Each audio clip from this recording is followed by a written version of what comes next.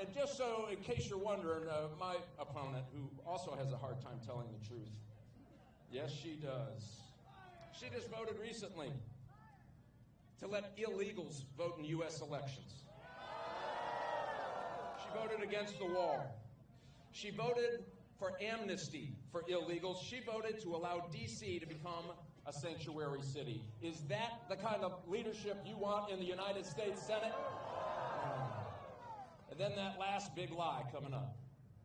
Goshen, it's good for you. It's not a Communist Party company. Oops, we found out recently it is a Communist Party company.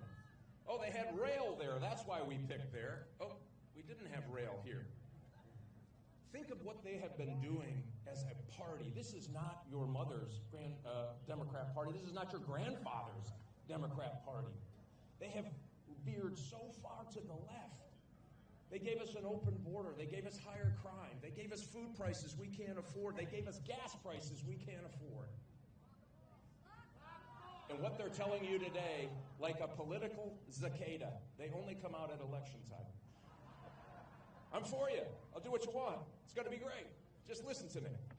What we ought to do today, and this certainly is this perfect example of the start of this, is to say, no, not on our watch will we let America lurch to the left and steal hope and opportunity from the future generations of America.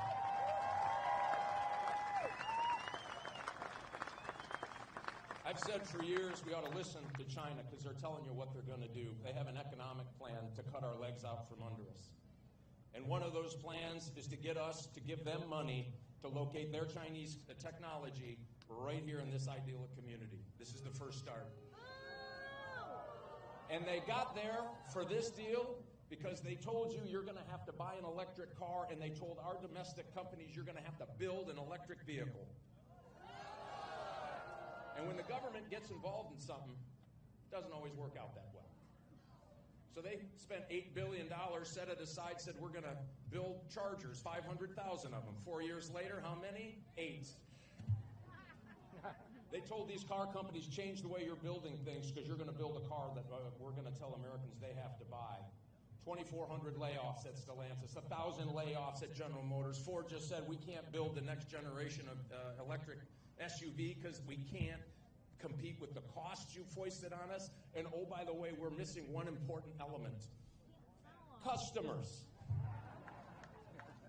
This is our chance to tell people that we've got their back. Here in Goshen, I'll tell you what, I'm going to go to the United States Senate with your help and work with Donald J. Trump and J.D. Vance, and we're going to take this country back.